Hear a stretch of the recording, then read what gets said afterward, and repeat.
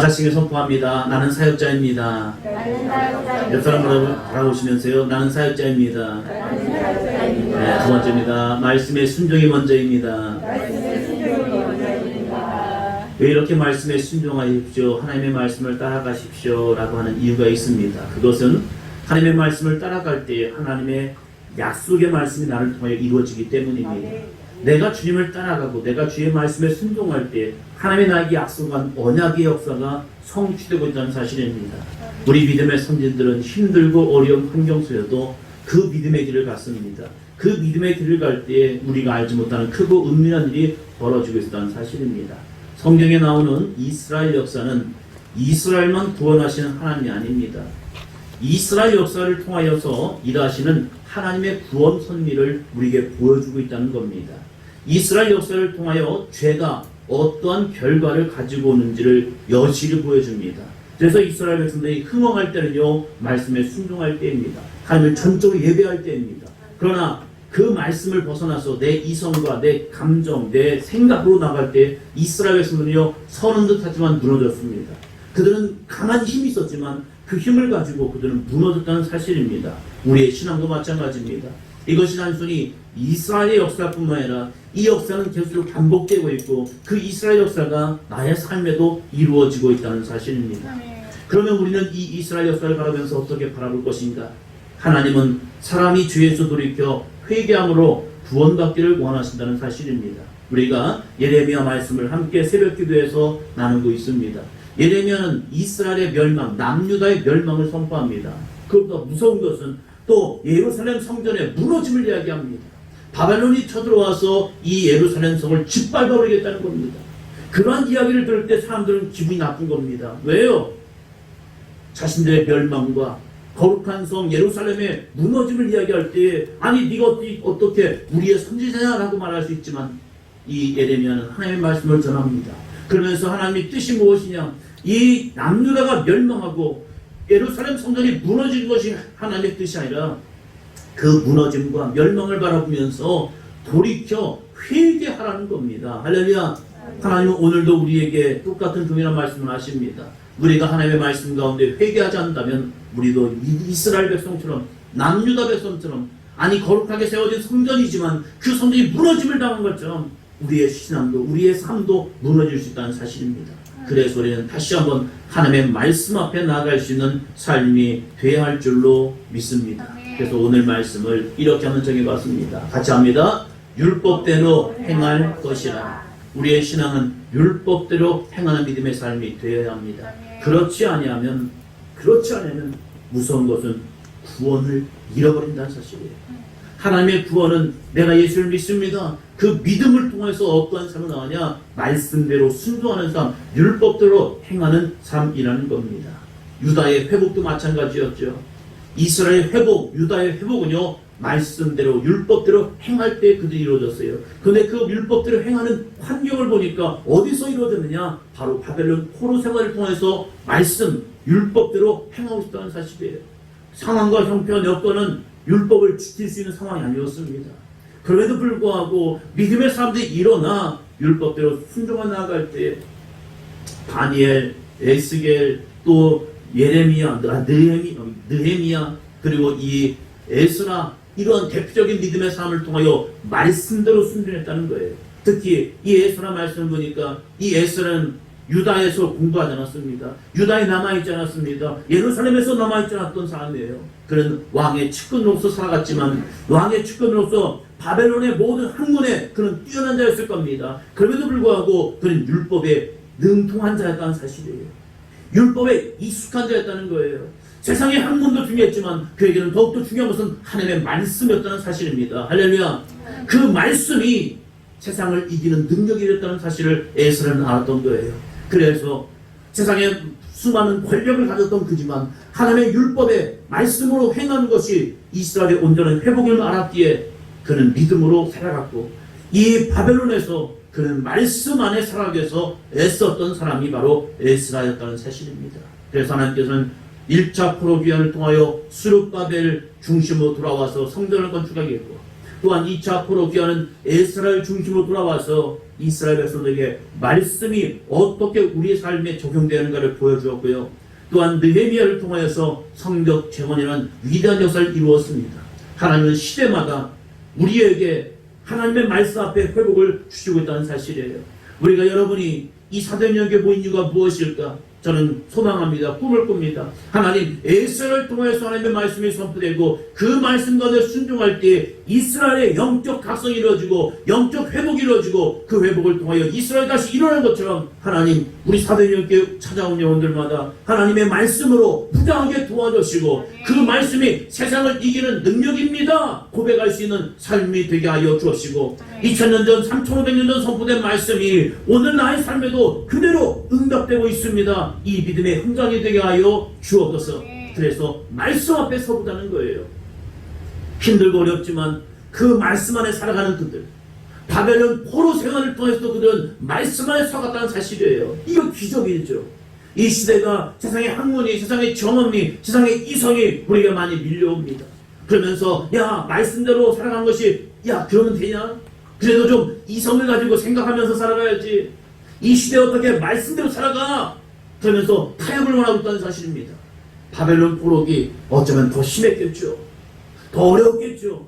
그럼에도 불구하고 믿음의 사람들은 일어나서 율법대로 행할 것이라 이 믿음 안에 섰을 때 하나님께서 그들이 깨닫지 못하고 알지 못하는 크고 능력 있는 역사를 통해서 이스라엘의 온전한 회복을 주었다는 사실입니다. 그러면 우리는 이 영적 회복을 바라보면서 율법대로 행할 것이라 이런 기대치를 바라보면서 살아갈 때 우리 이렇게 생각합니다. 다 같이 해볼까? 저 사람이 먼저 해야 하나? 아니면 저 사람이 먼저 나가야 하나? 이러한 다른 삶을 보고 있다는 사실입니다. 그러나 오늘 이 느헤미야 말씀을 에스라 말씀을 통해서 보여지는 것은요 그렇답니다. 나부터 해도 충분합니다. 나부터 해도요. 나부터. 하나님께서는 시대마다 사람을 통하여 쓰실 때 나 자신 먼저 하나님께 나아간 그 사람을 통하여 일하고 계시다는 사실입니다. 첫째입니다. 같이요. 한 사람으로 시작해도 역사는 일어납니다. 에스라 말씀을 읽을 때마다 느끼는 마음이 그거예요. 하나님 주시는 감동은 바로 이거예요. 우리는 변화를 말할 때 크고 커야 많아야 변화가 이루어진다고 생각합니다. 그러나 변화는요 많은 사람이 아니라 한 사람을 통하여 시작되는 경우가 더 많다는 사실입니다. 큰 사건이 아니라 작은 사건을 통해서 역사는 이루어졌다는 사실이에요. 특히 우리가 출애굽기 여러분 좋아하지 않습니까? 이 출애굽 역사 누구를 통하여 시작하죠? 한 사람 모세라는 한 사람을 통하여 이루어지고 있습니다. 그가 가기 싫었고 하기 싫었지만 그가 하나님의 말씀을 받았고 그 말씀 안에서 알았습니다. 내가 하겠습니다. 내가 나아가겠습니다. 내가 순종하겠습니다. 할렐루야. 그렇답니다. 내가 하겠습니다. 내가 순종하겠습니다. 내가 나아가겠습니다. 할렐루야. 다른 삶이 아니라 나야예요. 이 모세는 다른 삶이 아니라 하나님 알았습니다. 내가 하겠습니다. 내가 나가겠습니다. 내가 하나님의 말씀에 순종하겠습니다. 이 믿음으로 모세가 나갔다는 사실이에요. 어쩌면 80세가 되어서 더 이상 힘이 없고 무능력해지고 무기력해진 그의 삶 속에 하나님의 영광이 임하는 순간 그는 모든 일을 가능케 하는 능력의 사도가 되었고 능력의 사역자가 되었고 능력의 지도자가 되었다는 사실입니다. 오늘 우리에게도 이런 꿈을 갖는 삶이 되기를 주의 이름으로 축원합니다. 감사합니다. 하나님께서는 나를 통하여 역사하십니다. 할렐루야. 하나님 저를 통하여 복의 통로가 되게 하시고 하나님 저를 통하여 이 땅 가운데 하나님 영광이 증거되게 하시고 하나님 저를 통하여 하나님 물질의 차고 넘침을 통하여 만성이 베풀고 나눌 수 있는 아름다운 믿음의 삶이 되게 하여 주옵소서. 하나님 늦지 않았습니다. 우리가 거룩한 꿈을 가졌으면 좋겠어요. 한 사람을 통하여 시작해도 역사는 이루어진다는 사실을 바라보며 하나님 내가 이 시대에 주여 나를 통하여 하나님의 역사가 증거되고 하나님의 살아계심이 나타날 수 있는 믿음의 삶이 되게 하여 주옵소서. 그럼 이 에스라는 이 한 사람 에스라를 통하여 무슨 일을 먼저 시작했느냐? 이것부터 시작했습니다. 에스라 9장 2절입니다. 그들의 딸을 맞이하여 아내와 며느리로 삼아 거룩한 자손이 그 지방 사람들과 서로 섞이게 하는데 방백들과 고관들이 이제 더욱 으뜸이 되었다 하는지라. 아멘. 에스라는 바벨론에서 포로 생활함에도 불구하고 그는 믿음을 지켜왔습니다. 거룩함을 지켜왔습니다. 삶을 정결케 하고 왔습니다. 그런데 이제 고국에 돌아와서 함께 기쁨으로 이 고국 예루살렘 사람들과 만남을 갖는데 한 사람이 와서 그에게 보고하는 겁니다. 에스라여 아십니까? 이 사람들이 먼저 와서 위대한 일을 했지요. 성전 건축이라는 위대한 일을 감당해냈지요. 그 감당을 하고 난 다음에 그들의 신앙을 보니까 타협하게 된 거예요. 세상에 섞여 사는 거예요. 세상과 섞이는 거 그 잘못된 일입니까? 아니죠. 우리는 세상 밖에 사는 존재가 아닙니다. 세상 안에 사는 존재예요. 그런데 세상 안에서 어떠한 삶을 살아갈 것이냐, 이게 중요하잖아요. 예수님께서도 우리는 세상 밖에 나가서 너희는 거룩해져라 라고 말하는 게 아니라 너희는 세상 가운데 한번 더 합니다. 빛이 되어라. 소금이 되어라. 빛이 되고 소금이 되래요. 어두운 세상에 빛이 되어서 그 앞길을 밝혀준 자가 되래요. 어두운 밤길에 누군가 나의 삶을 비춰주면 얼마나 평안하고 안정되는데요. 밤길에 이 달빛만 비춰줘도요, 내 마음에 평강이 임한단 말이에요. 어두운 삶 속에 누군가에게 빛이 되면요, 그 빛을 통하여 누군가는 다시 회복되고 살아나는 은혜가 있을 줄로 믿습니다. 그런데 포로민에서 돌아온 사람들이 이방 사람들과 섞이기 시작한 거예요. 그들의 문화에, 그들의 죄악된 삶에 섞이기 시작하는 겁니다. 이것은 누구였느냐? 방백들과 고관들이 이 죄에 더욱 으뜸이 되었다는 거예요. 이성적으로 맞겠죠. 함께하는 거 맞겠죠. 그들과 통화되는 거 맞겠죠. 그러나 믿음 안에서 그들이 통화되는 순간 그들은 타락했다는 사실이에요. 그래서 그들의 딸을 맞이하여 아내와 며느리로 삼고 있는 그들의 모습, 그러한 모습을 에스라가 바라볼 때 이것은 분명히 나의 죄는 아닌 것 같아요. 방백들과 고관들의 죄인 것 같아요. 그러나 에스라는 자신부터 회개합니다. 너희들의 죄야! 라고 하지 않냐고 이 에스라가 한 것을 보니까 이렇게 합니다. 3절이요. 내가 이 일을 듣고 속옷과 겉옷을 찢고 머리털과 수염을 뜯으며 기가 막혀 앉으니. 여러분, 속옷과 겉옷을 찢는다는 것, 자신의 옷을 찢는다는 것, 이것은 철저한 아픔에 대한 모습입니다. 여러분, 큰 일을 당하면 마음이 찢어진다는 것 있잖아요. 큰 사건을 만나고 큰 상처를 당하면 가슴이 찢어진다는 것. 지금 에스라는 그런 아픔을 표현하고 있는 겁니다. 하나님, 이 죄악, 이 민족이, 이 백성이 또다시 죄악을 저질렀네요. 그 죄악의 아픈 모습을 그는 옷을 찢으며 표현하였고 머리털과 수염을 뜯었다는 거예요. 여러분, 누군가 싸움할 때, 특히 여자분들 싸움할 때 막 머리끈에 붙잡고 싸우잖아요. 그때 누가 많이 또 뜯기면 아프잖아요. 머리를 잡아 뜯는다는 것, 그것은 아픔과 고통입니다. 누가 수염을 뜯는다? 이거 상상할 수 없는 일입니다. 그런데 이 에스라는요, 하나님 앞에서 이 민족의 죄악을 바라보면서 스스로를 고통 가운데 집어넣는 겁니다. 그러면서 하나님, 이 나라, 이 민족이 이러한 죄를 또다시 저지릅니다 하면서 다른 사람을 핑계하는 것이 아니라 나 자신부터 내가 먼저 하나님 앞에 회개했다는 사실이에요. 이것이 어제 오늘의 상황입니까? 아니에요. 이스라엘 백성들이 포로로 돌아와서 에스라가 오기까지 한 20년의 시간, 20여 년의 시간을 지나오면서 조금씩 통화했단 말이에요. 그 모습을 바라보면서 누군가는 문제의식을 가지고 있었단 말이에요. 에스라에게 찾아온 사람도 문제의식은 있었어요. 그런데 중요한 게 뭐예요? 회개하는 사람이 없다는 거예요. 교회에 대해 이렇게 말하죠. 요즘 교회가 뭐 이렇고 저렇고, 목사님들이 이렇고 저렇고, 장로님들이, 권사님들이 이렇고 저렇고, 집사님들이 이럽니다! 라고 말은 잘해요. 기독교 매체나 기독교 신문들을 보면요, 이 사회가, 이 교회가 이런 문제가 있습니다! 라고 외치지만, 자신이 회개하는 것을 잘 보지 못해요. 영적 각성을 이룹시다 해가지고 우리 모입시다 해가지고 교단이 모이고 교단들이 모여서 이런저런 얘기를 합니다.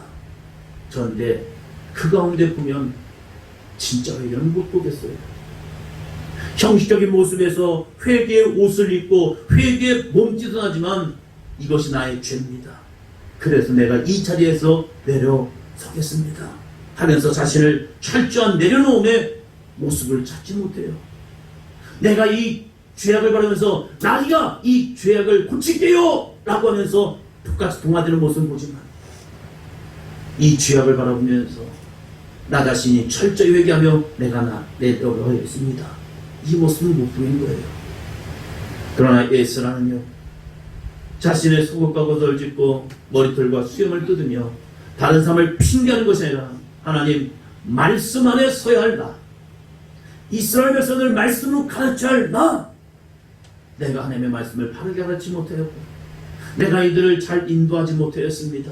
그러기에 이 백성이 이러한 죄를 저질렀습니다 하면서 자신부터 먼저 회개하며 나아갔다는 사실입니다. 한 사람의 회개, 그것이 무슨 영향력이 있을까? 그런데 이상한 일이 벌어집니다. 4절이요. 이에 이스라엘의 하나님의 말씀으로 말미암아 떠는 자가 사로잡혔던 이 사람들의 죄 때문에 다 내게로 모여오더니라. 내가 저녁 제사 드릴 때까지 기가 막혀 앉았더니, 저녁 제사 드릴 때까지, 저녁 소제를 드릴 때까지 이 에스라가 기가 막혀 앉아있는데 희한이 벌어진 것이 이스라엘의 하나님의 말씀으로 말미암아 어떤 자요? 떠는 자, 두려워하는 자, 경외하는 자. 에스라가 하나님의 말씀을 선포했거든요. 에스라가 하나님의 말씀을 전했거든요. 그런데 전할 때는 그렇게 많은 사람이 회개하는 게 없었어요. 그냥 말씀을 들었어요. 그런데 에스라가 먼저 회개하며 나아갔더니 하나님의 말씀으로 말미암아 떠는 자, 하나님의 말씀을 경외하는 자, 하나님의 말씀을 두려워하는 자, 그들이 하나 둘씩 에스라 옆에 모이기 시작한 거예요. 처음에는 변화가 없는 자였죠. 처음에는 어떠한 현상도 나타나지 않았죠. 그런데 나 자신이 회개라는 것을 하는 순간, 나 자신이 다른 사람의 탓을 하는 것이 아니라 나의 죄입니다, 나의 허물입니다, 나의 문제였습니다, 나의 부족함이었습니다.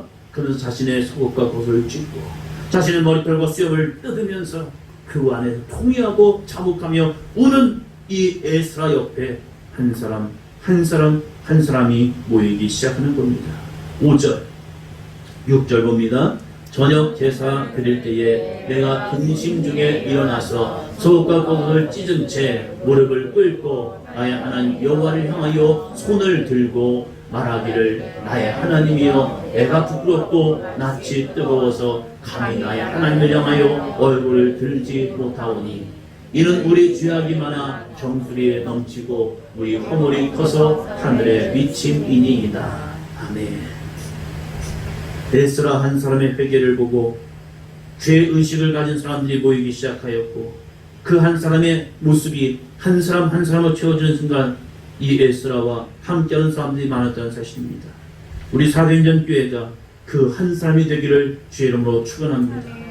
우리가 다른 사람 탓하기 전에, 배우자를 탓하고 자녀를 탓하고 부모를 탓하기 전에, 이웃을 탓하기 전에, 교회를 탓하고 누군가를 탓하기 전에 먼저 나 자신을 바라보며 내가 주님 앞에 회개할 수 있는 믿음의 삶이 되기를 주의 이름으로 축원합니다. 그것이 예배가 아니겠습니까? 예배 어느 순간부터 형식화되어 갑니다.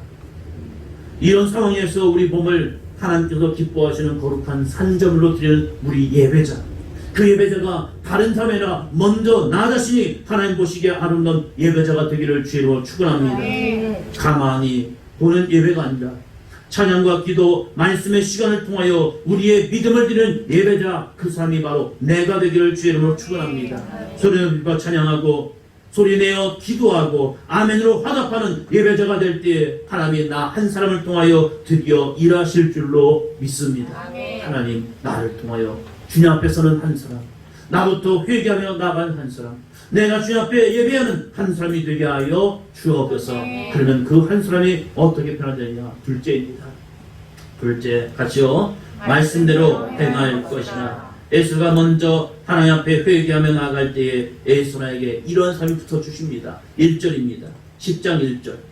에스라가 하나님의 성전 앞에 엎드려 울며 기도하여 죄를 자복할 때에 많은 백성이 크게 통곡하며 이스라엘 중에서 백성의 남녀와 어린 아이의 큰 무리가 그 앞에 모인지라. 에스라가 성전 앞에 울며 엎드려 울며 기도하며 죄를 자복합니다.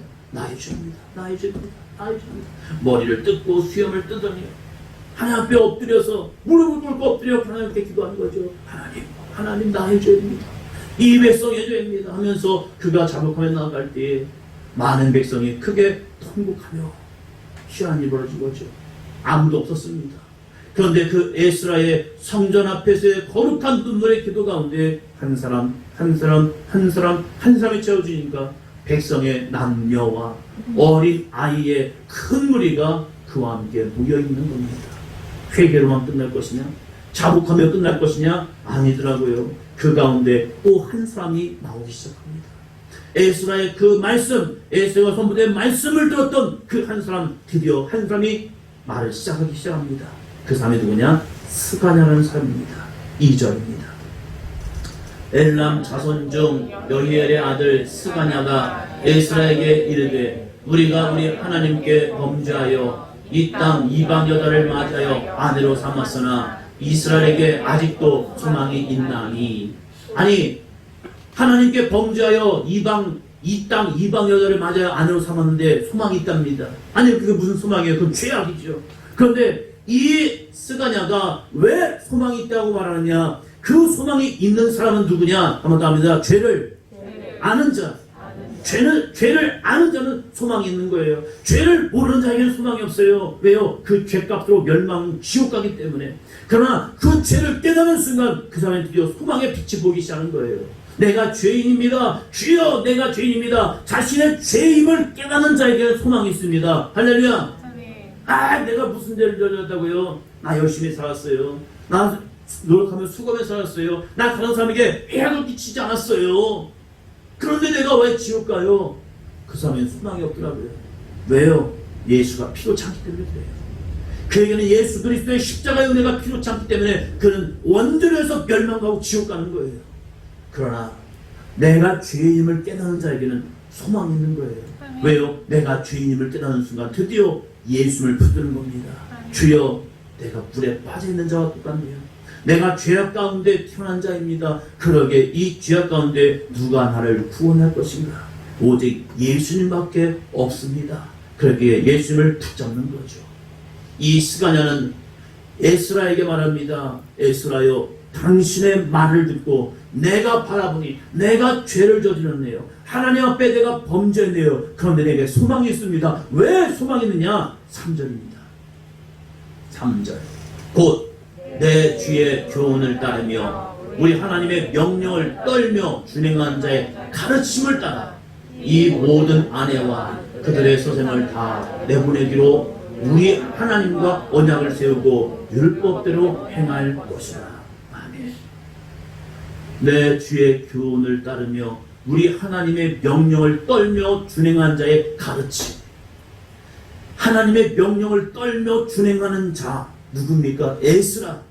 그 에스라가 전했던 하나님의 교훈과 명령, 율법, 그 율법을 가르침을 따라서 내가 행동하겠다는 거예요. 믿음은요, 듣는 것으로 끝나면 안 돼요. 믿음은요, 듣고 행하는 겁니다. 할렐루야. 하나님의 말씀이 나에게 주었다면 그 말씀을 고민하며 주여, 내가 어떠한 결단까지 할 것이냐, 어떠한 삶의 도전까지 할 것이냐, 그것이 믿음의 삶이라는 거예요. 좋은 말 아니에요. 성경은 좋은 말로 끝나잖아요. 성경은 돌이켜 회개하여 하나님의 말씀에 순종하라고 말씀합니다. 할렐루야. 그 스가냐가 에스라가 자기들에게 전했던 말, 그들을 통하여 선포했던 하나님의 율법의 말씀을 그 안에서 다시 끄집어낸 거예요. 성령께서 생각나게 하신 거예요. 그러고 나서 이 회개하고 있는 에스라를 보니까 저 사람이 문제가 아니라 내 문제인데, 내 문제를 가지고 저 사람이 저렇게 엎드려 울며 하나님께 기도하네. 그것이 그에게 마음에 감동이 된 거죠. 그래서 이 스가냐가 먼저 자신이 이방 아내를 맞이한 것, 그를 통하여 소생을 얻은 것, 그런데 이 모든 것을 다 어떻게 해요? 내보내기로 하나님과 언약을 세웠다는 거예요. 왜 하나님과 이런 언약을 세웠냐? 율법대로 행하기 위해서입니다. 할렐루야. 율법, 그건 파괴된 약속이 아닙니다. 옛날의 약속이 아닙니다. 율법은 오늘도 나를 거룩하게 하는 축복의 말씀인 줄로 믿습니다. 그 율법이 내 안에 살아있고 그 율법이 내 안에 역사할 때 하나님의 능력은 나타납니다. 여러분, 율법을 없애버립니까? 그럼 구약의 축복도 없어지는 겁니다. 하나님의 율법을 내 안에 받아들인다면 그 율법을 통하여 구약의 거룩한 축복도 나의 삶을 통하여 이루어질 줄로 믿습니다. 좋은 건 받고 내가 힘든 건 버리는 그런 편협적인 신앙 되지 말고요. 하나님의 거룩한 말씀, 그 율법대로 행할 것이라. 이 스가냐의 고백처럼 우리의 신앙도 하나님 나도요 율법대로 행할 것이라. 할렐루야. 감사합니다. 율법대로 행할 것이라. 그럴 때 하나님의 권이 이루어지겠다는 사실에 예수를 믿는다는 것은 그냥 예수님 내가 예수 믿겠습니다 라는 그런 허황됨을 붙잡는 게 아니에요. 하나님의 말씀을 읽고 그 말씀을 묵상하고 그 말씀을 배우며 그 말씀이 나에게 주는 감동 속에 내가 순종하며 살아가는 것, 이것이 예수를 믿는다는 거란 거예요. 에스라, 그의 거룩한 한 사람의 회개 운동을 통하여 스가냐가 시작하였고 그 스가냐를 통하여 이제 드디어 열리는 순간 수많은 믿음의 사람들이 함께 하나님의 말씀대로 순종하며 나아갑니다. 그러면서 이 스가냐가 에스라에 더 이상 당신은 엎드려 울고 잊지 말고 이렇게 하십시오라고 말합니다. 4절이요. 이는 당신이 주장할 일이니 일어나소서 우리가 도우리니 힘써 행하소서 하니라. 에스라여, 당신이 여기 더 이상 이렇게 앉아서 울고 있지 말고 당신은 일어나서 당신이 주장할 일이 있습니다. 하나님의 말씀을 선포하십시오. 그 말씀을 듣고 내 안에 감동이 되었고 내가 변화되었잖아요. 그렇기 때문에 이제 당신이 일어나서 열심히 행하소서 당신을 우리가 돕겠습니다 라고 나아갑니다. 하나님의 말씀을 율법대로 행한다는 것은 결단과 자기 희생이 필요합니다. 그것은 자신에게 익숙한 죄를 잘라내야 하기 때문입니다. 그래서 회개는 힘들어요. 이 죄악된 삶이, 이 하나님의 말씀에 순종하지 못하는 삶이 내 안에 덕지덕지 붙어있던 거예요. 하루 이틀에 있는 게 아니에요. 내 삶에서 너무 익숙하게 다가왔기 때문에 그걸 잘라버리는 것은 너무나도 힘들어요. 그런데 이 스가냐가 말합니다. 당신이 하나님의 말씀을 주장하면 우리가 그것을 도와서 힘써 행하겠으니 당신은 우리에게 말씀하소서 우리가 그 말씀에 순종하겠습니다. 할렐루야. 여러분, 죄를 끊어버린다는 것, 여호와의 율법대로 행한다는 것, 이거 쉬운 일 아닌 거 아닙니다. 말씀을 읽는 것도, 그 말씀을 묵상하는 것도, 그 말씀에 내가 순종하게 해서 내가 나아가는 것 정말 어렵죠. 그럼에도 불구하고 우리가 힘써 행하시기를 주의 이름으로 축원합니다. 반드시 하나님의 영광이 임하고 하나님의 회복이 임하고 하나님의 거룩한 축복이 임하는 삶이 될 줄로 믿습니다. 우리의 신앙이 다른 사람을 탓하는 것이 아니라 내가 먼저 죄를 가지고 회개하길 바랍니다. 나의 간절한 회개가 내 주변의 사람을 변화시키고 가정을 변화시키고 교회를 변화시키고 이웃을 변화시키는 삶이 될 줄로 믿습니다. 고맙답니다. 나부터 말씀대로 행하는 결단이 있기를 원합니다. 할렐루야. 말씀대로 행하는 삶에는 많은 희생이 필요하다니까요. 시간, 돈, 사람의 희생이 필요합니다. 그러나 말씀대로 행할 때 하나님께서 우리에게 주신 약속의 복이 성취됩니다. 말씀대로 순종할 때 하나님의 역사는 이루어집니다. 우리가 한 주간 살아갈 때 나에게는 어떤 죄를 끊어버리고 믿음의 결단하며 말씀대로 순종할 것인가 기도하며 나아갈 때 그 감동 속에 한번 나아가시길 바랍니다. 그 감동에 순종할 때 하나님의 능력은 저와 여러분을 통하여 나타날 줄로 믿습니다.